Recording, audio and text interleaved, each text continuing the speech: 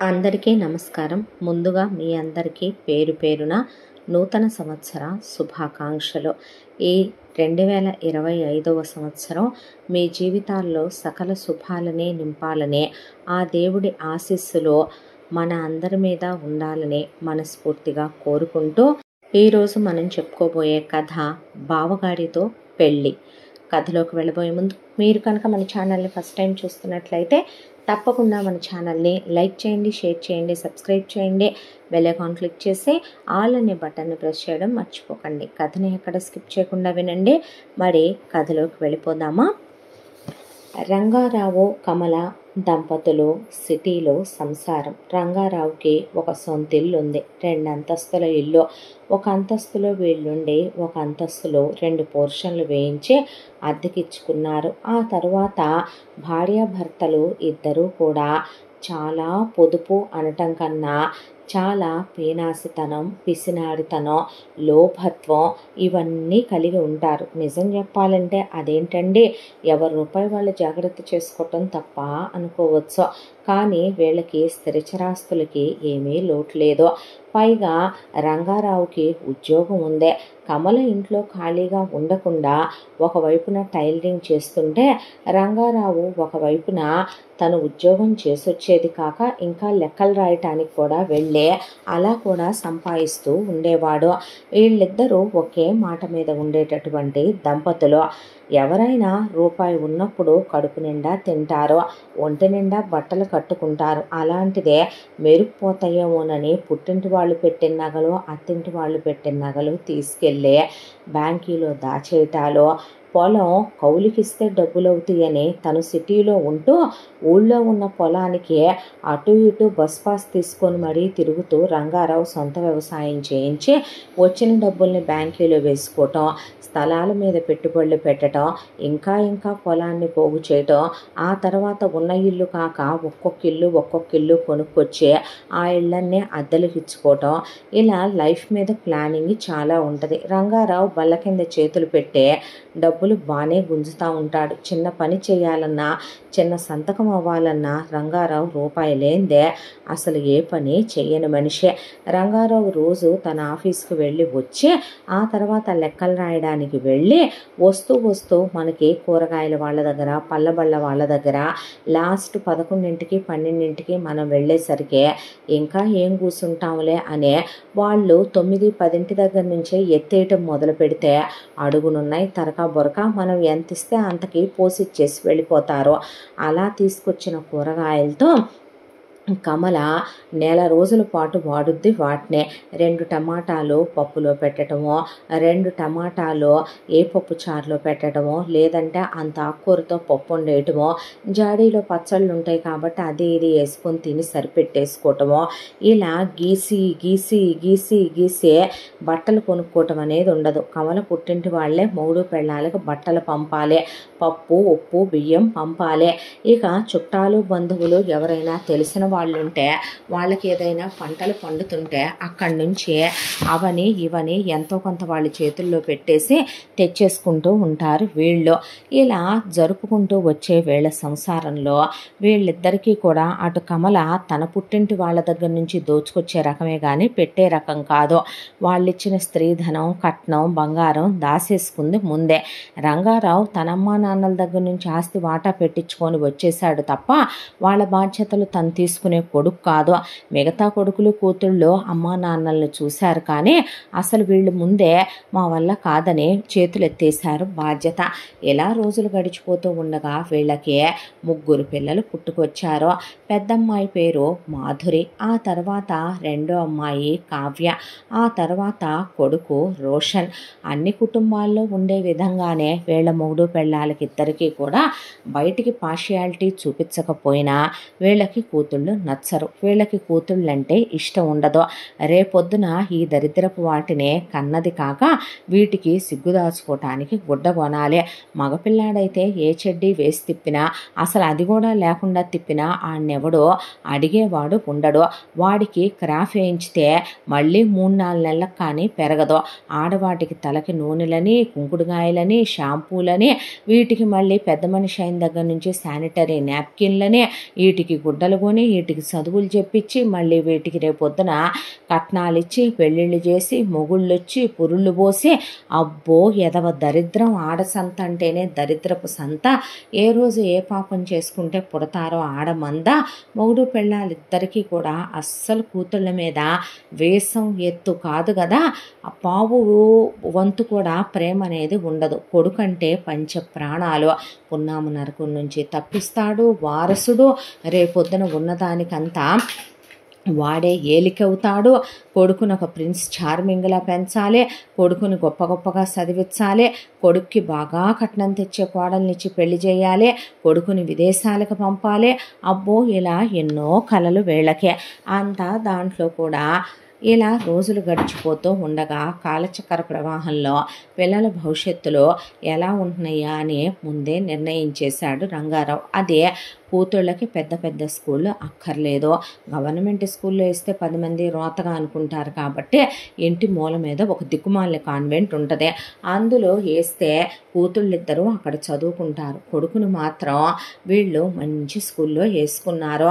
ఆ తర్వాత కూతుళ్ళకి వాళ్ళు తినేదే కూతుళ్ళు తినేస్తారు. వీళ్ళు తిని కూతుళ్ళకి పెట్టని అమ్మా నాన్నలు కాదు. వాళ్ళు రసం పోసుకొని పచ్చడేసుకుంటే మజ్జిగ లేకపోయినా దాంతోనే తినేయాలి కూతుళ్ళు. ఇక కమల 1000 రూపాయలు సరుకులు 6 నెలలు వాడుద్ది ఇంట్లోకి.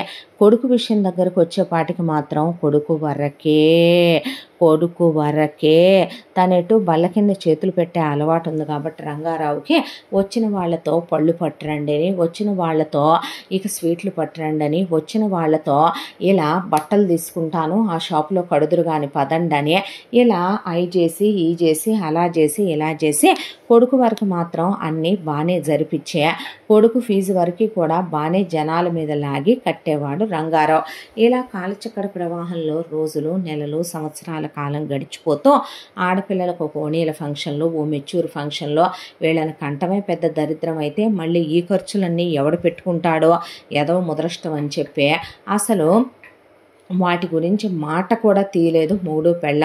కొడుకు మాత్రం గ్రాండ్గా పంచెల ఫంక్షన్ చేసుకున్నారు.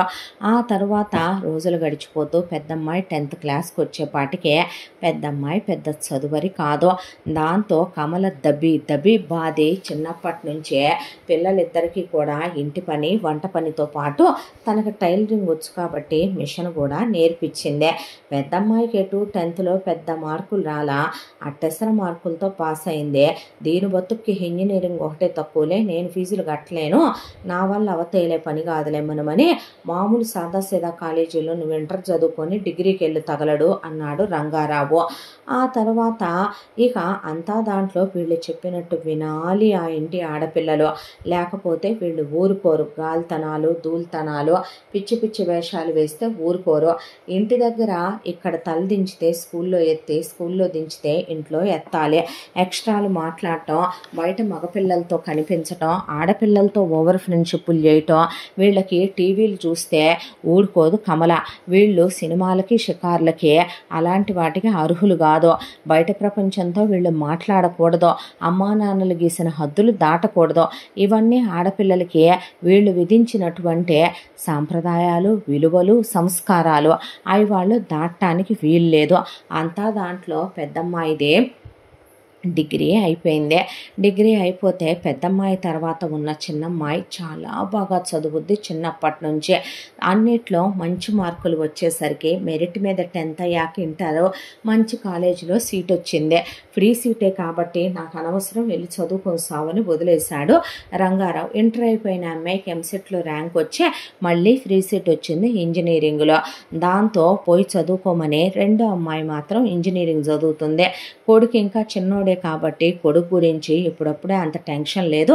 కొడుకుని ఎట్టి పరిస్థితుల్లో కూడా కింద పడ్డైనా మీద పడైనా కొడుక్కి నీటిలో ర్యాంక్ వచ్చినా రాపోయినా ఏం చేసైనా ఎలా చేసైనా ఎవరి కాళ్ళు పట్టుకోనైనా రికమెండ్ చేయించైనా MBBS చేయించి తీరాలి. ఫారెన్ పంపించి ఎంఎస్లు ఎండీలు చేయించాలి అని ఫిక్స్ అయిపోయి కోట్లు సంపాదించాలి రేపొద్దున కొడుకనే వీళ్ళు ఫిక్స్ అయిపోయి కూర్చున్నారు రంగారావు కమల. అసలు వాళ్ళు కూతుళ్ళకి అర్ధనా పైసా కట్నాలు ఇవ్వాలని ససేమిరా వాళ్ళకి ఇష్టం లేదు. అలా బ్యాంకీలో ఉన్న బంగారం కమలకి పెళ్లిలో పెట్టిందే 100 తులాలు అత్తింటోళ్ళు, 100 తులాలు పుట్టింటోళ్ళు.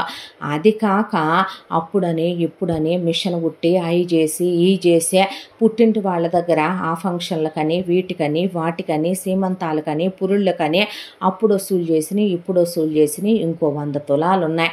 అది కాక ఇక కింద పడి మీద పడి ఆ స్కీములు ఈ స్కీములు కట్టి ఆ గడ్డి ఈ గడ్డి కరిసే ఇంకో 200 తులాలు వెరసి 500 తులాలు చేయించే బ్యాంకీలో దాసే చూడటానికి వీళ్ళని ఎవరైనా దొంగలు పడాలన్నా చీచే మేమింత నిష్టదరిద్రులలో పడమండే అడుక్కునేవాడికి గీక్కునేవాడు తోడని చెప్పి ముష్టోడి చెప్పలో ఎవడైనా 10 రూపాయలు వేస్తాడో వీళ్ళు పావలా ముష్టోడికేసి అందులో నుంచి 10 రూపాయలు ఎత్తుకెళ్ళే మూడు పెళ్ళం వీళ్ళింట్లో మేమేముందని పడతామని ఒకరోజు వీళ్ళ పక్కింట్లో పడిన దొంగోడిని పోలీసోడు అడిగితే ఆ పోలీసోడికి దొంగోడు చెప్పిన మాట విని సందులో వాళ్ళందరూ నోటికి గుడ్డడ్డం పెట్టుకొని నవ్వుకుంటూ వెళ్ళారు. అలాంటి మూడు పెళ్ళాలు వీళ్ళు. పాత చీరలు కట్టుకొని కమల చేతికి 2 మట్టి గాజులు వేసుకొని మెళ్ళో పసుపు దారానికి చిన్నది ఒక పుస్తలో వేసే 1/4 గ్రాము అంత రూపంతది మంగళసూత్రం కింద కట్టుకొని మెళ్ళో ఒట్టి నల్లబూసలు కట్టుకొని అసలు ఎలా అంటే అలా ఉంటుంది మనిషి. ఇంట్లో సబ్బులు షాంపూలు లాంటివి కూడా పెద్దగా వాళ్ళు యూస్ చేయరు. వెధవ దేహానికి అంత అతిశుభ్రత అవసరమా? తలకి 4 కుంకుడుగాయలు కొట్టుకుంటే ఆ కుంకుడుగాయలతోనే ఒళ్ళంతా తోమేసేసుకుంటే రోజు కొంచెం చొప్పు నానబెట్టే ఒళ్ళు శుభ్రపడిపోదా అనుకునే మూడు పెళ్ళాలు వీళ్ళు. దాంతో నలుగురు తూ అనుకోవటం తప్ప వీళ్ళని చూసి ఏం చేసి సస్తారు రేపొద్దున పోయినప్పుడు అన్నీ మేదేసుకొని అనుకుంటూ ఉండగా ఇక పెద్ద కూతురు డిగ్రీ అయిపోయింది కాబట్టి పెళ్ళిళ్ళ పేరయ్యని పిలిపించి ఇదిగో పేరయ్య ఓ సంబంధం చూడు. ఆ సంబంధం ఎలా ఉండాలి అంటే వాళ్ళు అన్ని విధాలా సెటిల్డ్ అయి ఉండాలి. లేదంటే ఈ ఆడై ఉన్నాయి చూసావా ఆడజాతే దరిద్రపు జాతే పుట్టింటి మీద పడి దోచుకుపోదాం అనుకునే జాతే రేపొద్దున వచ్చి నా ఇంటి మీద పడితే నేను వీళ్ళని మేపలేను అర్థం అవుతుందా నీకు అని చెప్పాడు రంగారావు. కట్నాలు మాత్రం ఇవ్వం అది చెప్పండి అని చెప్పింది కమల. చెప్పాక సరేననే పాపం పెళ్ళిళ్ళ పేరయ్య ఆయన చాలా మంచోడు. ఆయన చేతుల మీదుగా చేసిన చాలా పెళ్ళిళ్ళు బ్రహ్మాండంగా మొగుళ్ళతో కాపురాలు చేసుకుంటూ ఆడపిల్లలు సంతోషంగా ఉన్నారు. ఆయన సంబంధాలు వెతకటం మొదలు పెడితే ఒక సంబంధం దొరికింది. అబ్బాయి పేరు దీపక్. చూడటానికి చాలా బాగుంటాడు, చాలా మంచోడు కూడాను, ఒక్క చెడు అలవాటు కూడా లేదు. పైపెచ్చు అబ్బాయిది గవర్నమెంట్ ఉద్యోగం. వీళ్ళ క్యాస్ట్ కన్నా కూడా గైరైన క్యాస్ట్ వాళ్ళది. కాకపోతే దీపక్ వాళ్ళకి క్యాస్ట్ ఫీలింగ్ లేదు. దీపక్ వాళ్ళ నాన్నగారు చిన్నప్పుడే చనిపోతే ఆ అబ్బాయి ఆ తర్వాత గవర్నమెంట్ ఉద్యోగస్తుడయ్యే వాళ్ళు ఇప్పుడు ఇల్లు వాకిలి బాగా సంపాదించుకున్నారు. వాళ్ళకి కారు గీరు తినటానికి ఏ లోటు లేదు. దీపక్కి తల్లిగారు ఉన్నారు. ఆవిడకి అస్సలు ఆరోగ్యం బాగోక ప్రస్తుతం ఆవిడ మంచంలో ఉండి పిల్లాడికి పెళ్లి చేయాలని తప్పించిపోతూ మా కట్నాలు కానుకలు తీసుకునే అలవాటు లేదు, ఉద్దేశము లేదు. పిల్ల మంచిదయ్యి కళగా ఉంటే మా అబ్బాయితో కలిసిపోయేదైతే అంతే చాలు అనే ఆవిడ అడిగిందని పెళ్ళిళ్ళ పేరయ్య గారు ఆ సంబంధాన్ని వీళ్ళింటికి తీసుకొచ్చాడు. వీళ్ళు తక్కువ తిన్నారా వాళ్ళ గురించి లోతుల్లోకి వెళ్ళి ఎంక్వైరీ చేస్తే వీళ్ళు నోటి మీద ఏలేసుకునేలాంటి సంబంధం అదని తెలిసి వీళ్ళకి ఏమీ మాట్లాడలేదు. ఆ తర్వాత ఆవిడ మాకు ఎంగేజ్మెంట్ ఖర్చులొద్దు, పెళ్లి ఖర్చులొద్దు, మేమే ఎదురు బంగారం పెడతాము. పిల్ల చుట్టానికి చాలా మంచిదానిలాగా ఉంది, నెమ్మదస్తురాల్లాగా ఉంది. పిల్ల ముఖంలో కళ కనపడుతుంది, పద్ధతి వైనం సంస్కారం ఉన్న పిల్లలా ఉంది. మాకు పిల్లనిచ్చి పంపిస్తే చాలని అన్ని ఖర్చులు వాళ్లే పెట్టుకొని పెద్దమ్మాయి మాధురిని దీపక్ ఇచ్చే పెళ్లి జరిపించడం అయిపోయింది. ఆ తర్వాత ఫస్ట్ నైట్లు హనీమూన్లు అయిపోయిన తర్వాత అలా పెద్దమ్మాయి అత్తారింట్లో గృహప్రవేశానికి అడుగు పెట్టిందో లేదో పుట్టింట్లో నుంచి పెళ్ళైన నెలకే దీపక్ వాళ్ళ అమ్మగారు పోయారు. బిడ్డొచ్చిన వేళ గొడ్డొచ్చిన వేళ అంటారు. ఈ దరిద్రపది దరిద్ర పాదం పెట్టింది. ఏమంటా వచ్చిందో ఈ ముద్రష్టపది అత్తను మింగేసిందనే చుట్టాలు బంధువులు ఊరంతా దుమ్మెత్తి పోశారు మాధురినే. అలా మాట్లాడొద్దు, ఎందుకు అలా అంటారు, మా అమ్మకు సమయం అయిపోయిందే, దేవుడు తీసుకెళ్లే సమయం వచ్చిందే, బహుశా జీవుడు ఇంకా అదే శరీరంలో ఉండి బాధపడలేక వెళ్ళిపోయాడేమోలే అనుకున్నాడు తప్ప దీపక్ ఎవరిని ఏమీ అన్నివ్వలేదు, తనేమీ అనలేదు. ఆ తర్వాత అంత్యక్రియలవి అయిపోయిన తర్వాత పెద్దమ్మాయి కాపురం ఇలా ఒక 5-6 నెలలు సజావుగా సాగిపోయాక ఒక రోజున దీపక్ తుక్కు కింద కొట్టాడు మాధురిని. దాంతో పుట్టింటికి వచ్చి పడిందే.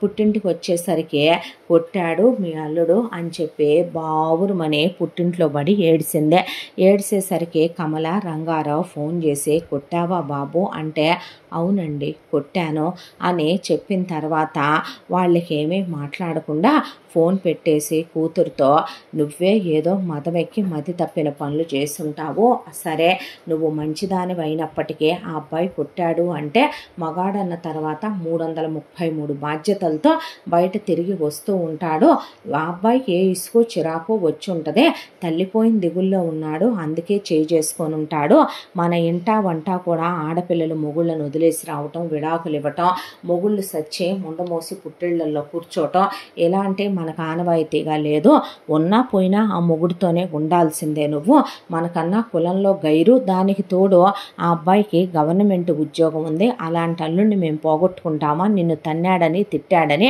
ఇప్పుడు నిన్ను తెచ్చి పుట్టింట్లో పెట్టుకుంటే రేపు రెండో దానికి పెళ్ళవద్దా, రేపొద్దున నీ తమ్ముడికి పిల్లనివ్వద్దా, నువ్వు దరిద్రం వల్లే మా ఇంట్లో కూర్చుంటానంటే ఎలా కుదురుద్ది, నువ్వు నీ మొగుడి దగ్గరికే వెళ్ళి కష్టమైన నిష్ఠూరమైన అక్కడే పడుండాలి అనేసరికి పెద్దమ్మాయి మాధురి అంటే తమ్ముడికి అక్కలిద్దరన్నా అంతే ఉండదు, ప్రాక్టికల్గా ఉండే అమ్మా నాన్నలకు పుట్టిన ప్రాక్టికల్ కొడుకు రోషన్, కానీ రెండో అమ్మాయి కావ్యకి అక్క అంటే చాలా చాలా ఇష్టం, దాంతో అక్క దెబ్బలు తినొచ్చిందని బాధపడిందే. బావ అందరిలాంటి వాడు అనుకోలేదు, తను కూడా అందరిలానే చీప్గా బిహేవ్ చేశాడు అక్కతో అని ఆ అమ్మాయి మనసు చివుక్కుమంది. ఆ తర్వాత ఇలా మాధురి మళ్ళీ మొగుడు దగ్గరికి వెళ్ళటం, ఒక నెల రోజులు 2 నెలలు బాగానే ఉంటాం, మళ్ళీ కొట్టాడంటాం, పుట్టింటికి రావటం, వీళ్ళు మళ్ళీ తిట్టడం, మళ్ళీ మొగుడు దగ్గరికి వెళ్ళటం, ఇలా 1 సంవత్సరం గడిచిపోయాక ఒకసారి కడుపుతో ఉన్నానని వచ్చిన తర్వాత పిల్లాడో పుడితే అల్లుడు నెమ్మదిస్తాళ్లే, కొన్నాళ్ళు కొట్టిన తర్వాత అల్లుడే మారిపోతాళ్లే, ఈ రోజుల్లో చాలామంది మగాళ్ళకి బ్రేకప్లని ఎఫ్ఐఆర్లని ఉంటున్నాయి, ఇంట్లో దొరకని చాలా బయట ఎత్తుక్కుంటాడు మగాడు, నువ్విలా ఇల్లు వదిలేసి పద్దాక పుట్టింటికి వస్తే పళ్ళు రాలు కొడతామని మాధురిని తిట్టి పంపించారు వీళ్ళు.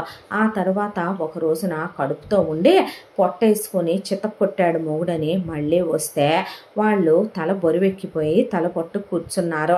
ఆ తర్వాత మళ్ళీ కూతుర్నే తిట్టి పంపిస్తే అల్లుడే సీమంతాలు చేసుకున్నాడు, అల్లుడే కూతురికి పురుడు పోశాడు. ఆ తర్వాత పుట్టిన పిల్లాడికి నామకరణాలు, పుట్టిన పిల్లాడికి ఆ తర్వాత అల్లుడే బారసాలలో, అల్లుడే అన్నప్రాసనలు చేసుకొని పిల్లాడికి 6వ నెల వచ్చిన తర్వాత ఒక రోజున సడన్గా వీళ్ళకి ఫోన్ వచ్చింది, కూతురు పోయింది అని.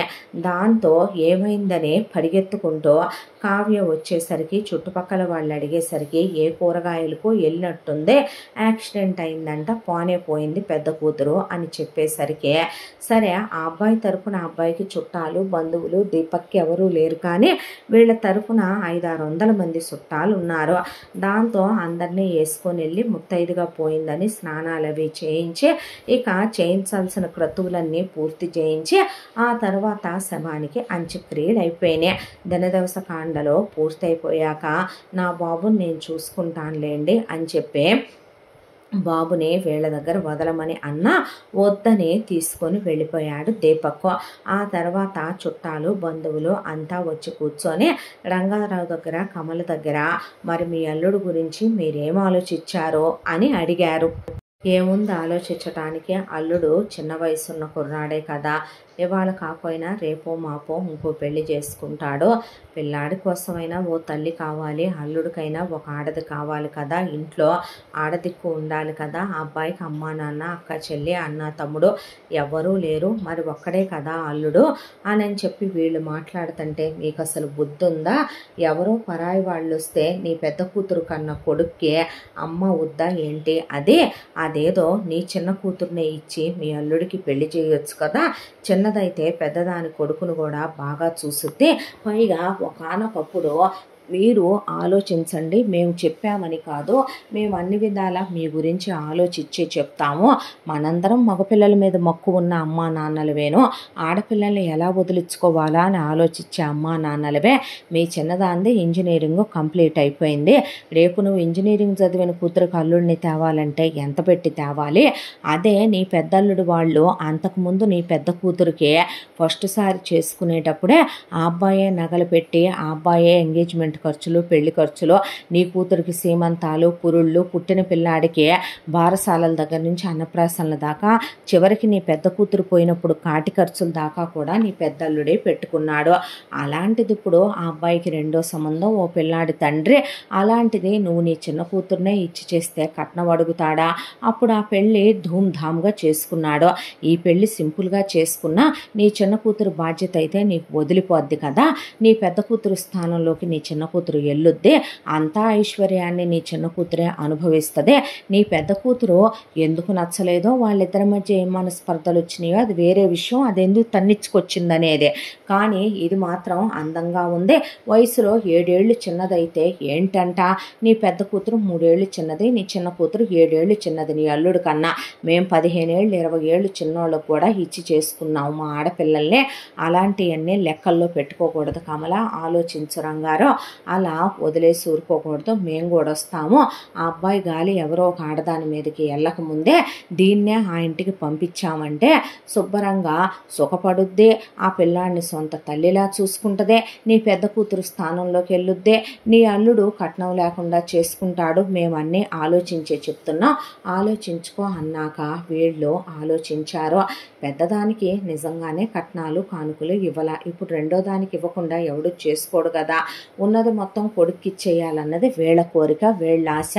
దాంతో గడ్డి గాదం తినే సంపాదించిందంతా ఎందుకో పిల్లాడికి పెట్టాలని. ఆడవాటికి ₹1 ఇవ్వాలన్నా గొంతులో పచ్చి వెలక్కాయ అడ్డుపడిపోద్ది కమలకి, రంగారావుకే. దాంతో వీళ్ళు కూడా నిజమేగా ఇచ్చి చేసేస్తే పోద్దని ఫస్ట్ చిన్న కూతురుతో మాట్లాడితే నాన్న అక్కని పట్టుకొనే అలా కొట్టి పంపించాడంటే, అన్నిసార్లు బావ అక్క కడుపుతో ఉన్నప్పుడు కూడా కొట్టాడంటే నేనెళ్ళి ఎలా ఉండగలను అనుకుంటున్నావు అంటే, సరేనే నువ్వు చేసుకోవు, ఎవరో ముక్కు మొహం తెలియని దాన్ని మీ బావ చేసుకుంటాడో, ఆ అబ్బాయి పిల్లాడు కాబట్టి మనం అడగటానికి వీలు లేదు. రేపొద్దున వచ్చేదే నీ అక్క కొడుకంటే నీకు పంచ ప్రాణాలు. నీ అక్క కొడుకుని నువ్వు ప్రేమగా చూస్తావు, చూడాలి, చూసి తీరాలి. చూడకపోతే మేము నీ తలకాయ తీసేస్తాం, అది వేరే విషయం. వయసులో ఉన్న మొగుడు కాపురం చేయటానికి పనికిరాడా? నీ కడుపు చేయటానికి పనికిరాడా? సుఖ పెట్టడానికి పనికిరాడా? నీ అక్కకి ఏడాది తిరగకుండా కడుపు వచ్చింది మీ బావతో.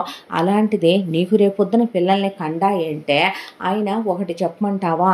గవర్నమెంట్ ఉద్యోగస్తుడు, సమర్థుడు, అందంగా ఉంటాడు, చక్కగా ఉంటాడు. అసలు సందమామే మీ బావలాగా ఉన్నట్టుంటాడు. అమ్మ లేదు, నాన్న లేడు, నీకు ఆడపడుచుల పోరు లేదు, అత్త పోరు లేదు, తోడుకోడళ్ళ పోరు లేదు. 2 అంతస్తుల సొంత ఇల్లు ఉంది. పైన 2 పోర్షన్లు అద్దెకిచ్చాడు. కింద ఎంత పెద్ద ఇల్లు. ఎటు పోయినా కూడా గవర్నమెంట్ ఉద్యోగం మీద లక్షలు సంపాదిస్తున్నాడు. బోల్డని ప్రాపర్టీలు కొన్నాడు. అలాంటి మొగుడు దొరకమన్నా దొరుకుతాడా? నీ అక్క కొడుకు నీ కొడుకు అనుకొని నువ్వు చూసుకోవాలి. ఎవరికో ఇచ్చి చేస్తే వాళ్ళు ఎందుకు చూసుకుంటారు? మీ బావనే పిల్లాడిని ఎందుకు దగ్గరికి తీస్తారో? పైగా నీకు ఇప్పుడు నువ్వేదో రంపవనో, ఆకాశంలోంచి దిగొచ్చావనో, ఇంజనీరింగ్ చదివావనో నిన్నెవడో ఫ్రీగా చేసుకోడో. ఇది భారత రాజ్యాంగ నిర్మితం ప్రకారం ఎన్నోసార్లు ఇండియన్ పీనల్ కోడ్లు రాసున్నప్పటికీ రాజ్యాంగాన్నే మార్చారు మనోళ్ళు. అలాంటిదే నీ అక్క స్థానంలోకి నువ్వు వెళ్తే వచ్చిన నష్టము లేదు, నీ అక్క కొడుక్కి నువ్వు తల్లివైతే వచ్చిన నష్టము లేదు. నీకో విషయం చెప్పమంటావా? ఈరోజు కూడా రాజ్యాంగంలో ఎవరు ఎవరిని మార్చలేంది కట్నం అనే దాని నుంచే. నిన్నెవడైనా ఫ్రీగా చేసుకుంటాడా ఏంటి? కానీ మీ బావ చేసుకుంటాడో. నువ్వు నోరు మూసుకొని ఆ పెళ్లి కొప్పుకో. లేదు ఎదవేషాలు వేసావనుకో నిన్ను ముక్కలుగా నరికి పోగులు పెట్టి పాతరేస్తాం జాగ్రత్త అనే. నువ్వు మా మాటకు ఎదురు చెప్పావు, మమ్మల్ని చంపుకు తిన్నట్టే అనే పాటికే అక్క కోసం అనేది నిజం. అక్క అంటే చాలా ఇష్టం. అక్క పిల్లాడంటే అంతకన్నా ఇష్టం. పిన్ని పిన్ని అంటూ పిల్లాడు అందరూ ఇదిగో మీ పిన్ని, ఇదిగో మీ పిన్ని అంటే వాడికి ఉండటానికి 6 నెలల వయసే ఉన్నా చిన్నప్పటి నుంచి ఎక్కువ సార్లు అక్క తీసుకొచ్చి తన దగ్గరే వదిలిపెట్టి వెళ్ళటంతో బాబు బాగా మాల్యం తనకే. బాబుని వదిలే ఉండలేక నిజంగానే ఎవరితో వస్తే పిల్లాన్ని కొట్టుద్దేమో, తిట్టుద్దేమో, ఏ వాతలు పెట్టుద్దో, ఏ ఆరళ్ళు పెట్టుద్దో, వాడిని సరిగ్గా చదివిస్తారో లేదో, కొత్త పెళ్ళాం మోజులో పడి ఈ పిల్లాడిని అశ్రద్ధ చేసేస్తాడేమో అనే దాంతో చేసుకోవటానికి పెళ్ళి కావ్య ఒప్పుకుందే. ఆ తర్వాత కమల, రంగారావు చుట్టాలు బంధువులు కలిసి వెళ్ళి దీపక్తో మాట్లాడితే దీపక్ ఫస్ట్ అసలు నాకు ఇష్టం లేదన్నాడు. నేను ఇంకో పెళ్ళికే రెడీగా లేనన్నాడు. నేను అసలు ఈ విషయం గురించి ఇప్పుడే ఆలోచించదలుచుకోలేదు, నన్ను ఇబ్బంది పెట్టద్దు అన్నాడు. వీళ్ళిక తిమ్మిని బొమ్మిని చేసి ఆ అబ్బాయి కాళ్ళు పట్టుకుంటామని, పిల్లాడికి తల్లి అవసరమని, ఇంటికి వెళ్ళాలి అవసరమని, నీకు భార్య అనేవాళ్ళు ఉండాలని, వండి పెట్టేవాళ్ళు ఉండొద్దా, ఇంత ఆస్తి చూసుకునే వాళ్ళు ఉండొద్దా, నీకు ఒంట్లో బాగోపోతే చూసుకునే వాళ్ళు ఉండొద్దా, పిల్లాడికి తల్లి ప్రేమ ఇచ్చే వాళ్ళు ఉండొద్దా, అయినా మేమే రెండో దాన్ని బలవంతం చేయలేదని, నువ్వంటే ఇష్టమేనందని, పెద్దదాని స్థానంలో తను వస్తానందని, పిల్లాడిని సొంత తల్లిలా అమ్మాయి చూసుకుంటానందని వీళ్ళందరూ చెప్పి కింద పెట్టి మీద పెట్టి దీపక్ని పెళ్ళికి ఒప్పించారు. ఆ తర్వాత ఎంగేజ్మెంట్లు అవి ఏమీ అక్కర్లేదులయ్యా అన్నాక వీళ్ళిద్దరికీ రిజిస్టర్ మ్యారేజ్ చేసేసి గుళ్ళో పెళ్లి చేశారు. శోభనం ఏర్పాట్లు జరిపించారు. శోభనం గదిలోకి కావ్య వెళ్ళిందే. దీపక్ ఏమీ మాట్లాడకుండా లైట్ ఆఫ్ చేసి పడుకో అన్నాడు కావ్యనే. ఓహో, ఇప్పుడు ఇదొక డ్రామానా, ఇదొక నాటకమా, ఇదొక ఎచ్చుగోలా? అవునులే, మీ అక్కని నేను పెళ్లి చేసుకున్నాను, మీ అక్క నా మనసులో ఉంది, మీ అక్క నా గుండెల్లో దేవేర్లా కొలువై ఉంది, మీ అక్కని స్పృశించిన ఈ చేతులతో నేను వెంటనే నిన్ను స్పృశించలేను, నిన్ను ముట్టుకోలేను అని ఇప్పుడు ఇదో కొత్త డ్రామా కావాలి. ఎదవసోదే, నేనేమైనా ఇతగాడి మీద మోజుతో చేసుకున్నానా ఏంటే? పిల్లాడు దిక్కులేని వాడైపోతాడేమోనని కేవలం పిల్లాడి కోసం చేసుకున్నా. మా అమ్మ నాన్న చెప్పారని కాదు, పోయిన మా అక్క నా కళ్ళల్లో మెదులుతుంది కాబట్టి చేసుకున్నాను అనుకుంది కావ్య. అనుకున్న తర్వాత ఇలాగే ఒక వారం గడిచాక ఇక నేను వెళతానండి అని దీపక్ అనేసరికి, ఉండు బాబు, పిల్లాన్ని దీన్ని కూడా తీసుకొని వెళుదువుగానని చెప్పి వెళ్ళమని చెప్పి కనీసం ఒక 2 జతల బట్టలు మినహా ఏమీ ఇవ్వలేదు కావ్యకే. ఇవ్వకుండా దీపక్ ఇచ్చి పంపించేశారు. పంపించేసిన తర్వాత అంతకుముందు ఎప్పుడు అక్క ఇంటికి తన్ని వెళ్ళని ఇవ్వలేదు అమ్మా నాన్నలో. ఎప్పుడో అక్క పెళ్ళప్పుడు హడావిడిగా వచ్చి వెళ్ళటం తప్ప ఎప్పుడు అక్క ఇంటి విషయాలు కానీ మిగతాయి కానీ తను పట్టించుకొని ఎరగదు. అసలు అక్కింటి విషయాలు తనకు అనవసరమని తను కలగజేసుకొని ఎరగదు. కానీ ఇప్పుడు వచ్చి చూసేసరికి దీపక్ లోపలికి తీసుకొచ్చాడు. చాలా పెద్ద హాలు, 4 బెడ్రూములు, స్పేషియస్గా ఉండే కిచెను, వెనకమాల ఓపెన్ ప్లేసు, ఎదర ఓపెన్ ప్లేసు. ఆ అబ్బాయి కూర్చో కావ్య అన్నాక కూర్చుంది. కూర్చున్న తర్వాత ఇంట్లో ప్రతి బెడ్రూమ్లో ఇల్లంతా తిప్పి చూపించాడు.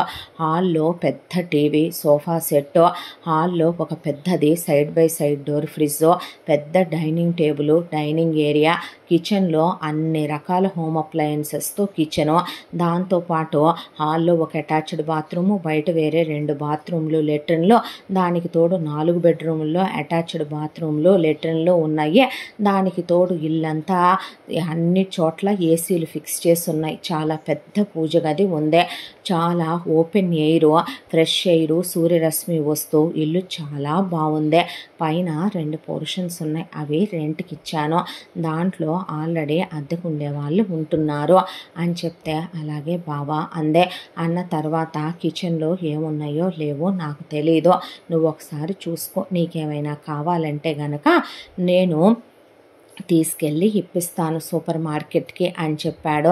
చెప్తే అలాగే బావా అందే. అన్న తర్వాత చూస్తే చాలా పెద్దగా ఉంది ఇల్లు. అక్క బావ ఉండే బెడ్రూమ్ ఒకటైతే మిగతా 3 బెడ్రూములు అలా ఖాళీగా వదిలేసే వాళ్ళు కావాలా అనుకుంది ఆ అమ్మాయే. ఆ తర్వాత ఆ అమ్మాయి బాబుని పెట్టుకొని ఒక బెడ్రూమ్లో పడుకుంటే తను వేరే బెడ్రూమ్లో పడుకునేవాడు దీపక్.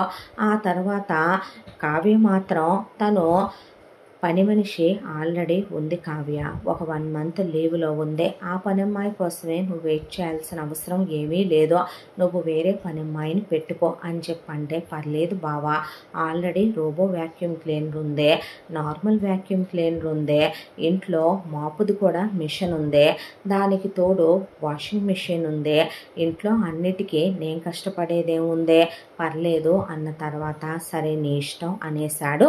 దీపక్ చూడటానికి బాగానే ఉన్నాడు, మరి అక్కని ఎందుకు కొట్టేవాడు అని అమ్మాయి అనుకుంటే, ఏమోలే, పెళ్ళైన 1 రోజులు అక్క జీవితము బాగానే ఉంది, ఆ తర్వాత 6 నెలలు ఇంకా బాగుంది, ఆ తర్వాత కదా అసలు బుద్ధులు బయటకు వచ్చేది ఎవరికైనా కూడాను అనుకుంది కావ్య. ఆ తర్వాత కావ్య చూస్తూ ఉండగానే దీపక్ రోజు అతనికి ఉద్యోగం మీద పై డబ్బులు వస్తాయి కాబట్టి తీసుకొచ్చి బీరువాలో పెట్టి తాళాలు వేసి, తాళాలు ఆ పక్కనే పెట్టి, కావ్య నీకు దేనికైనా డబ్బులు అవసరమైతే కనుక బీరువాలో డబ్బులు ఉంటాయి, తాళాలు ఇక్కడ ఉంటాయి, తీసుకో, ఒక్క మాట నాకు తీసుకున్నాను అని చెప్పు, ఎందుకు తీసుకున్నావని కూడా నేను అడగను, ఎంత తీసుకున్నావో చెప్పు చాలు, ఆ తర్వాత మళ్ళీ తాళాలు ఇక్కడ పెట్టేసే అని చెప్తే, అలాగే బావా అందే. అన్న తర్వాత ఆ అమ్మాయి, ఇంట్లో సరుకులేమీ లేవు బావా అంటే, పదమనమని కారులో ఎక్కించుకొని ఆ అమ్మాయిని తీసుకెళ్ళి కావలసినవన్నీ సూపర్ మార్కెట్లో ఇప్పించి తీసుకొచ్చాడు. రోజు ఒక అలవాటు ఉంటుంది, వచ్చేటప్పుడు దీపక్కి బయట నుంచి కేకులని, స్వీట్స్ అని, సమోసాలని, బాదం పాలని, రోజు ఏదో ఒకటి మాత్రం ఒక పెద్ద కవర్ నిండా తీసుకొచ్చి ఇస్తూ ఉంటాడు. అవి ఎప్పుడు ఫ్రిడ్జ్ నిండా ఫ్రూట్స్ అని అవని ఇవని నిండుగా కొనుక్కొస్తాడు. ఆ విషయంలో ఏ లోటు ఉండదు. బాబుని దగ్గరికి తీసుకుంటాడు, ఆడుకుంటాడు, ఆ అమ్మాయిని తిన్నావా అని పలకరిస్తాడు, అంతా పద్ధతిగా ఉంటుంది. ఆ అమ్మాయి పొద్దున్నే లేసే బావ కాఫీ అంటే తాగుతాడు, ఆ తర్వాత జాగింగ్కి వెళ్ళొస్తాడు, జిమ్కి వెళ్ళొస్తాడు, స్నానం చేస్తాడు, దేవుడి దగ్గర దండం పెట్టుకుంటాడు, బావ టిఫిన్ అంటే తింటాడు, నువ్వు తిన్నావా అని అడుగుతాడు, తిన్నాను బావా అంటే సరేనంటాడు, వెళ్ళేటప్పుడు ఆఫీస్కి వెళ్ళొస్తున్నానని చెప్తాడు, వచ్చేటప్పుడు ఏదో ఒకటి తెస్తాడు, మధ్యాహ్నం భోజనానికి వస్తాడు, ఆ అమ్మాయి వంట చేసి పెడితే భోజనం తింటూ నాతో కూర్చొని తిను కావ్య అంటాడు, ఆ తర్వాత బాబును ముద్దు పెట్టుకొని జాగ్రత్త అని చెప్పి డోర్స్ క్లోజ్ చేసుకొని ఆ అమ్మాయి చెప్పి వెళ్తాడు. మధ్యలో ఆఫీస్ నుంచి మెసేజ్ చేస్తాడు, ఏమైనా కావాలా అని ఫోన్ చేస్తాడు, ఏమైనా తీసుకురానా అని ఆ అమ్మాయి చెప్తే అవి తీసుకొచ్చిస్తాడు. ఆ తర్వాత సాయంత్రం ఆఫీస్ నుంచి పని అయిపోగానే మధ్యలో స్నేహితులని, తాగటాలని, స్మోకింగ్ అని ఇలాంటి అలవాటు కూడా ఉన్నట్టుండదు, ఎవరితో ఫోనుల్లో కూడా మాట్లాడడం.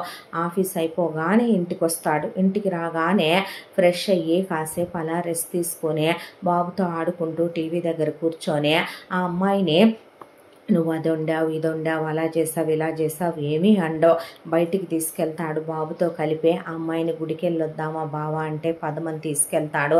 ఇలా బాగానే రోజులు గడిచిపోతూ ఉండగా ఒక 1 నెల రోజుల కాలం ఇలా గడిచిపోయింది. ఆ తర్వాత లీవ్లో ఉన్న పని మనిషి వచ్చింది. వచ్చిన తర్వాత, నేనే ఈ ఇంట్లో పనమ్మాయినే, రేపటాల నుంచి వస్తాలే అని చెప్తే, సరే అంది కావ్య. అన్న తర్వాత ఆ నెక్స్ట్ డే పనమ్మాయి వచ్చింది. వచ్చిన పని చేసేది పని చేసుకుంటే అది వేరే విషయం, అమ్మగారని కానీ లేదంటే మేడం అని కానీ పిలుస్తారు.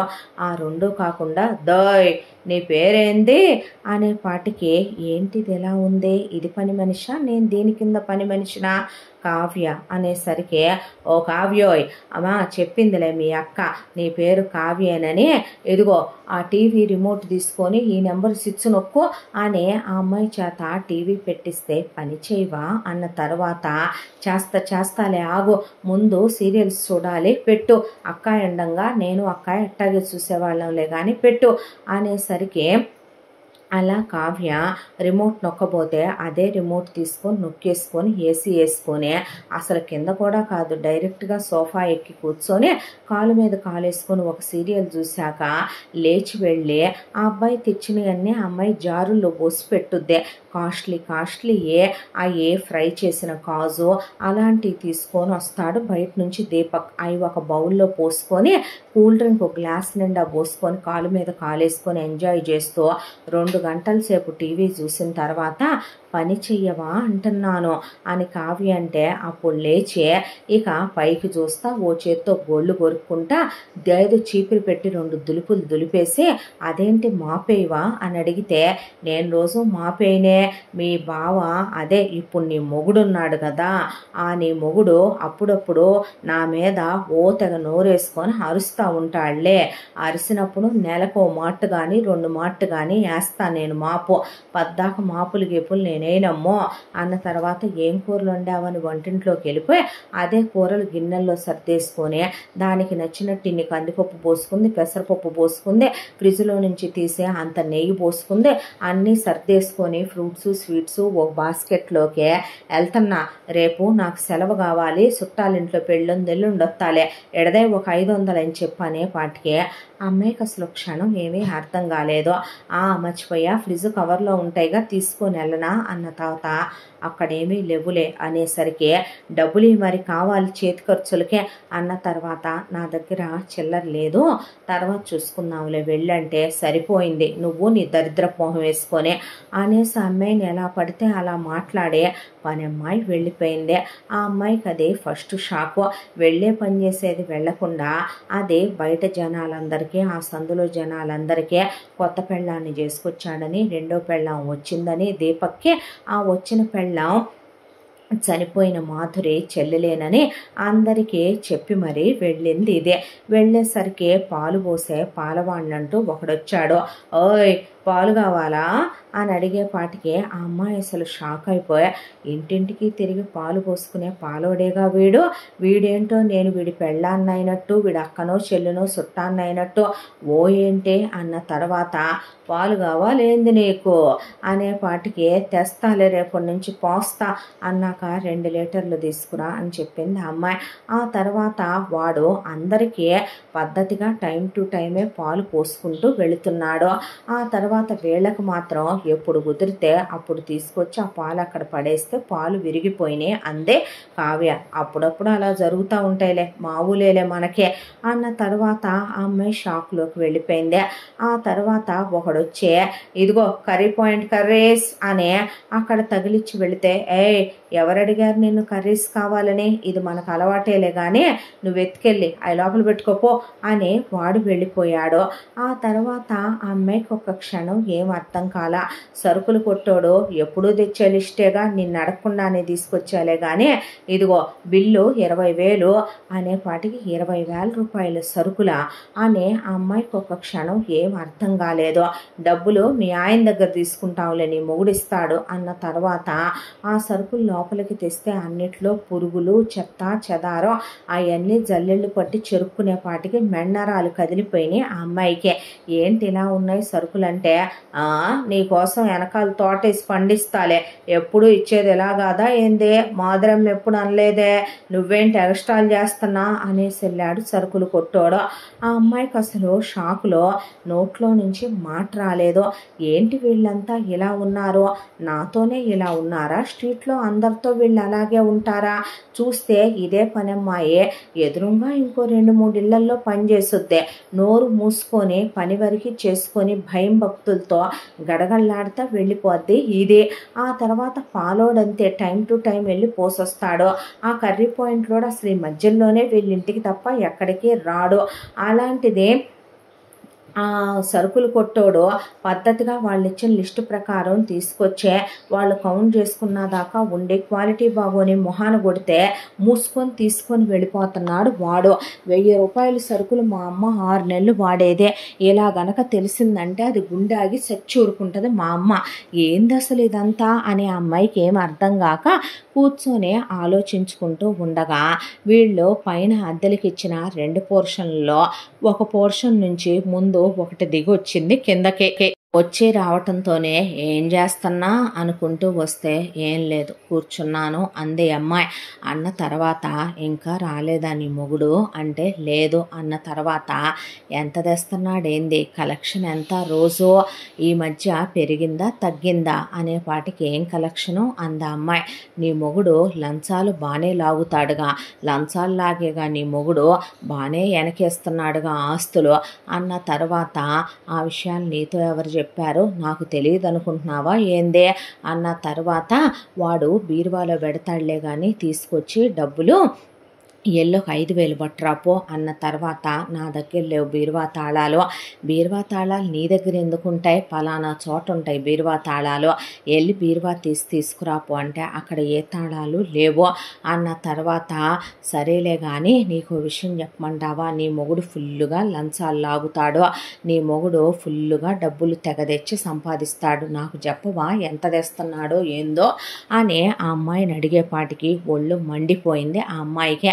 ఆ తర్వాత కూర్చొని దాని ఇష్ట ప్రకారం అది వంటగదిలోకి వెళ్ళిపోయే వంటగదంతా కెలికేసే ఆ తర్వాత దానికి నచ్చినవన్నీ తీసేసుకొని కొత్త చీరలు ఏం కొన్నా కొత్త నగలు ఏం కొన్నా అని బెడ్రూమ్లోకి వెళ్ళిపోయే బెడ్ పెద్దగా నలకలేదేంది, ఇద్దరు వేరే వేరే పడుకుంటున్నట్టున్నారేంది, రోజు చెయ్యట్లేదా అసలే లేదా చెయ్యే అనేపాటికి ఆ అమ్మాయికి ఒళ్ళు మండిపోయి నాకు తలనొప్పిగా ఉంది మీరు వెళ్తారా అన్న తర్వాత యువతల పోర్షన్ అయిపోయిందంటే అవతల పోర్షన్ వచ్చింది. అవతల పోర్షన్ వచ్చే నేను పెళ్ళికి వెళ్తున్నాను అని చెప్పి లోపలికి వెళ్ళి వార్డ్రోబ్లో నుంచి ఈ చీరలు తీసుకెళ్తున్నాను, అలాగే నేను తర్వాత తీసుకొచ్చిస్తాలే నీకు అనేసి తీసుకొని వెళ్ళిపోయింది. ఆ అమ్మాయికి బట్టలు లేవు, వాళ్ళ అక్కయ్య బట్టలు ఆ అమ్మాయి బట్టలు ఓ సైజు కాదు. అది చూసినటువంటి దీపక్ నాతో రా అని తీసుకెళ్ళి కావ్యకి నువ్వేమీ చీరలు కట్టుకోనక్కర్లేదు, నీకు నచ్చిన బట్టలే కొనుక్కో కావ్య అని చెప్పి ఆ అమ్మాయికి డ్రెస్సులు కొనిచ్చి ఆ అమ్మాయికి వాళ్ళు పుట్టింటి వాళ్ళు నగలేం పెట్టలేదని చెప్పి అంతకుముందు మాధురివి ఉన్నాయి అవి నువ్వు వేసుకోవద్దులే అనే వాటిని అక్కడే ఎక్స్చేంజ్లో ఇచ్చేసి ఆ నగలన్నిటిని ఈ అమ్మాయికి మళ్ళీ ఒక తాళి గొలుసు, నల్లబూసలు, హారం, నెక్లెస్, ఈ అమ్మాయి కోసమని గాజులు, పాపడి బిళ్ళ, మోటీలు, చంపిస్వరాలు, ఆల్రెడీ అంతకుముందున్న వడ్డాణం జడగొట్టి వడ్డాణం, వంకి చెడగొట్టి వంకి, పట్టీలు కాళ్ళకి అన్నీ కొనిపెట్టి తీసుకొచ్చాడు దీపక్. వాటన్నిటినీ దీపక్ బీరువాలో పెట్టేసుకు నీకు అవసరమైనంత వరకు వేసుకో, మళ్ళీ ఏదైనా వ్రతాలు అయి ఉంటే కొనుక్కోవాలంటే అప్పుడు ఇప్పిస్తానులే అని చెప్పి మరీ వెళ్ళాడు. ఇంకా నయం బంగారపు నగల మీద దీని కళ్ళు పడలేదు అనుకుంది కావ్య. ఇలా ఈ మనుషులు ఇళ్లలోకి రావటం ఏంటి, ఈ తీసుకెళ్ళటం ఏంటి, ఆ అమ్మాయికి అసలు ఇది ఇల్లా, బ్రోతల్ హౌసా, సినిమా హాలా, ఎవడు పడితే వాడొచ్చి వెళ్ళొచ్చు అన్నట్టుగా ఎవడిష్టం వచ్చినట్టు వాడొచ్చి వెళుతున్నాడేంటని ఆ అమ్మాయికి ఏమీ అర్థం కాలేదు. ఒకరోజున ఆ అమ్మాయి కూర్చొని అలా బాబుకి స్నానం చేయించి తీసుకొని వచ్చేపాటికి పక్క బెడ్రూమ్లో ఏసీ వేసుకొని మంచం మీద బారుకు పడుకున్నాడు పాలోడు. ఇంకో బెడ్రూమ్లో కూర్చొని పై ఇంటిది దాని ఫ్యామిలీ వచ్చి ఏసీ వేసుకొని టీవీ చూస్తున్నారు. మరొక ఇంట్లో పైన అద్దెకుండే ఇంకోటి వచ్చి అలా కూర్చొని అది ఇంకెవరినో నలుగురు ఆడవాళ్ళని వేసుకొచ్చి ముచ్చట్లు చెప్తుంది. ఆ అమ్మాయికి అసలు ఏమీ అర్థం కాలేదు. ఏంది ఇదంతా? ఆ అమ్మాయి షాక్కి గురైపోయే మాట పలుకు రావట్లేదు.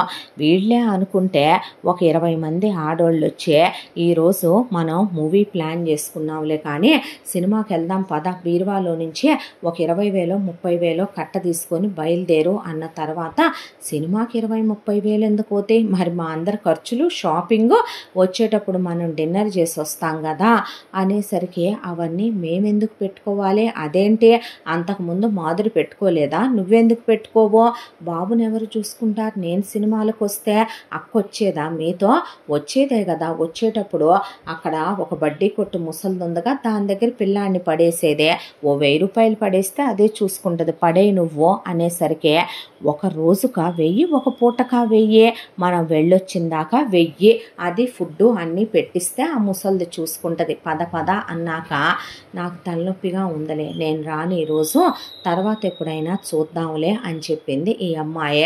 ఇష్యో నిన్ను నమ్మి మేము వస్తే చివరికి ఇలా చేసేసావేంటి మమ్మల్ని, నువ్వు ఇంకా అప్డేట్ అవ్వాలబ్బా అనేసి వెళ్ళిపోయారు.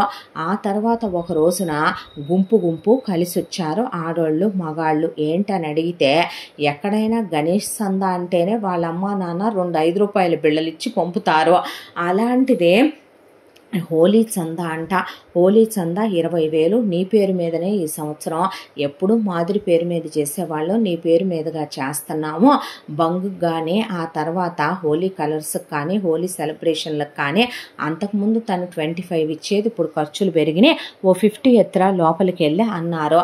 ఏంటి 50 రూపాయలా అందా అమ్మాయి. 50 రూపాయలు ఏంటి నీ తలకాయ, ఒక 50,000 కట్టబట్టుకొస్తే మేము బయలుదేరతాం అనేసరికి, చూడండి నా దగ్గర బీరువా తాళాలు లేవు, నాకు డబ్బులు పెత్తనాలు అవే, ఇంతవరకు నేనేమి ఇంటి బాధ్యతలు తీసుకోలేదని చాలా తెలివైంది కావ్య. దాంతో బావ తాళాలు ఇచ్చినా సరే తనకేం సంబంధం లేదన్నట్టుగానే చెప్పింది వీళ్ళకే. చెప్పేసరికి వాళ్ళు అదేంటి అలా మాట్లాడతావు అంటే, నేను మళ్ళీ మీకు ఫోన్ చేస్తానులే మీరు వెళ్ళండి అని చెప్పి వాళ్ళని పంపించిందే. ఇలా వాళ్ళని రావటం వీళ్ళని రావటం అప్పులని రావటం, అక్కర్లేకపోయినా ఫ్రూట్స్ పెట్టేసి వెళ్ళటం, వెజిటబుల్స్ పెట్టి వెళ్ళటం, మటన్ చికెన్ షాపుల వాళ్ళు పెట్టడం, రెస్టారెంట్ వాళ్ళు బిర్యానీలు తెచ్చి పెట్టెళ్ళటం. ఆ అమ్మాయికి అసలు ఇదంతా అర్థం కాల. వాటన్నిటికీ కూడా డబ్బులు వరుసగా దీపక్ కట్టుకుంటూ వస్తున్నాడు. ఆ అమ్మాయి గురించి ఏమన్నా అనుకుంటున్నాడేమోనని చెప్పి ఆ అమ్మాయికి తల నేలవాలిపోవటం మొదలైంది ఒకవైపున. అంతా దాంట్లో ఒక రోజున కూర్చొని దీపక్ ఏం మాట్లాడకుండా బాబుతో ఆడుకొని బాబు పడుకున్నాక బాబును పక్కనే సోఫాలో పడుకోబెట్టి టీవీ చూస్తున్నాడు. కడుపు మండిపోయే ఆ అమ్మాయి ఇక వాళ్ళని వీళ్ళని కాదు, ముసుగులో గుద్దులాటెందుకో, విషయం ఏదైనా సరే డైరెక్ట్గా బావనే అడిగితే సరిపోద్ది కదా, అయినా నేనేమైనా తప్పుడు పనులు చేస్తున్నానా భయపడటానికి, రేపొద్దున బావ దృష్టిలో నేను చీప్ అయిపోకూడదు కదా అని చెప్పి, అసలు వీళ్ళెవరు, ఈ రావటం ఏంటి, నేనింటి యజమానైతే, నేను ఇంటి ఓనర్నైతే, నేను మా బావకు భార్యనైతే, బాబుకు తల్లినైతే, వీళ్ళందరూ ఈ పెత్తనాలు చేయటం ఏంటని ముందు ఆ అమ్మాయి తీసుకోలేక, బావా అంటే ఏంటి కావ్య అంటే, మీతో మాట్లాడాలి బావా అన్న తర్వాత, కొంచెం టీవీ ఆఫ్ చేస్తావా పర్సనల్ అంది కావ్య. అన్న తర్వాత ఆ అబ్బాయి డోర్స్ క్లోజ్ చేసి వచ్చి ఆ తర్వాత టీవీ ఆఫ్ చేసేసి బాబుని తీసుకెళ్ళి పడుకోబెట్టి వచ్చే కూర్చొని చెప్పు అన్నాడు. అన్న తర్వాత కావ్య, అసలు ఏంటి బావా ఇదంతా, నాకేం అర్థం కావటం లేదు, పనమ్మాయిది ఈ దగ్గర నుంచి ప్రతి ఒక్కళ్ళు నువ్వు అనే ఏకవచనంతో సంబోధిస్తారేంటే, ఎవరు పడితే వాళ్ళు ఇళ్లల్లోకి వస్తున్నారేంటి, బెడ్రూముల్లోకి వస్తున్నారేంటే, వాళ్ళు ఇష్టం వచ్చినట్టు ఏది పడితే అది తీసుకొని వెళ్ళిపోతున్నారేంటే, నువ్వు బీరువా తాళాలు ఎక్కడ పెడతావో, బీరువాలో డబ్బులు ఎలా వస్తాయో, నీకు ఆఫీసులో నువ్వు పై డబ్బులు ఎలా తెస్తావో, నీ జీతం ఎంతో, ఈ విషయాలన్నీ వీళ్ళకెలా తెలుసో, అక్కడికి రా ఇక్కడికి రా అంటారు, పిల్లాడిని ఇస్తే ఆ ముసలిదానికి 1000 రూపాయలు ఇమ్మనమంటారు, నేను అడగకపోయినా సరే ఈ మటన్లు ఎవరు అడిగారు, చికెన్లు ఎవరు అడిగారు, కర్రీ పాయింట్లో కూరలు ఎవరు అడిగారు, నేను వంట చేసుకుంటున్నానుగా బావా, నువ్వు నాకు సూపర్ మార్కెట్లో సరుకులు ఇప్పించావుగా, సరుకులు వాడు తెచ్చి పురుగులు పట్టిపోయిన సరుకులు ఇచ్చి డబ్బులు ఇమ్మనమంటాడేంటే, ఆ తర్వాత వీళ్ళందరూ ఇలా పెత్తనాలు చేస్తారేంటే, అక్కర్లేదన్నా చీరలు పడేసి పోతాడో, అక్కర్లేదన్నా సరే వీళ్ళు ఇష్టం వచ్చినట్టు వీళ్ళు పాలోడొచ్చే పాలు ఒకరోజు మనకు పోస్తే 2 రోజులు పాలు లేవు అనేసి వెళ్ళిపోతాడు వాడు. వాడినేదో నేను పాలు అడిగినట్టు, పైగా వాడు పోసేదేమో కటికి నీళ్ల పాలు, లీటర్కి 300 వేస్తున్నాడు వాడు పాలు. ఓల్ ఇండియాలో ఎక్కడైనా ఉన్నాయా బావా లీటర్ 300 పాలు? అసలు ఏంటి బావా అసలు ఇక్కడ ఎలా ఉన్నారో, మన ఇంట్లో పైనోళ్ళు అద్దెకుంటున్నారా, పైనోళ్ళ ఇంట్లో మనం అద్దెకుంటున్నామా, వాళ్ళు వచ్చేసి ఇళ్లల్లో బెడ్రూముల్లోకి వెళ్ళిపోయి వాళ్ళ సొంత ఇల్లు అయినట్టు ఏసీలు వేసుకొని కూర్చుంటున్నారు. పాలోడు కూడా వచ్చి బెడ్రూమ్లో పడుకొని టీవీ పెట్టుకొని ఏసీ వేసుకున్నాడు తెలుసా నీకు, ఫ్రిడ్జ్లు ఓపెన్ చేసే వాళ్ళు ఇష్టం వచ్చినట్టు కూల్ డ్రింకులు తాగుతున్నారు, నువ్వు తెచ్చే నమ్కిన్స్ తింటున్నారు, స్వీట్స్ తింటున్నారు, ఫ్రూట్స్ తింటున్నారు, పైగా చెప్తే బాగోదు మనిద్దరం క్లోజ్గా ఉండట్లేదని చెరో బెడ్రూమ్లో పడుకుంటున్నామని కూడా అడుగుతున్నారు బావా, నాకు చాలా ఎంబారసింగ్గా ఉంది, అసలు ఏంటిదంతా, ఎందుకు జరుగుతుంది ఇలా, ఏంటి బావా ఇదంతా, నాకేమీ అర్థం కావటం లేదు, మన పర్సనల్ విషయాల్లో మన పర్సనల్ స్పేస్లోకి వీళ్ళంతా ఎందుకు ఇన్వాల్వ్ అయి వస్తున్నారో అని వరుస పెట్టి అడిగింది కావ్య. ఎన్ని అడిగిన నువ్వు వీటన్నిటికీ కారణం ఎవరని అడగలేదే కావ్య అంటే, ఎవరు బావా అంటే మీ అక్కే అనేశాడు. అంటే అంది. అన్న తర్వాత వీటన్నిటికీ కారణం మీ అక్కే కావ్య అనేసరికి ఆ అమ్మాయి మ్రాన్ పడిపోయి అలా దీపక్ వైపు చూస్తూ ఉండిపోయింది. ఇంతటితో ఈ కథ మొదటి భాగం పూర్తి. ముగింపు భాగంతో మళ్ళీ కలుసుకుందాం. తప్పకుండా మన ఛానల్ని లైక్ చేయండి, షేర్ చేయండి, సబ్స్క్రైబ్ చేయండి, బెల్ ఐకాన్ క్లిక్ చేసి ఆల్ అనే బటన్ని ప్రెస్ చేయడం మర్చిపోకండి. ఇంత మంచి కథను మనకు అందించిన కథా రచయిత్రి జి. యామిని శ్రీనివాస్ గారు. ముగింపు భాగంతో మళ్ళీ మీ ముందుకు వస్తాను. Thank you so much.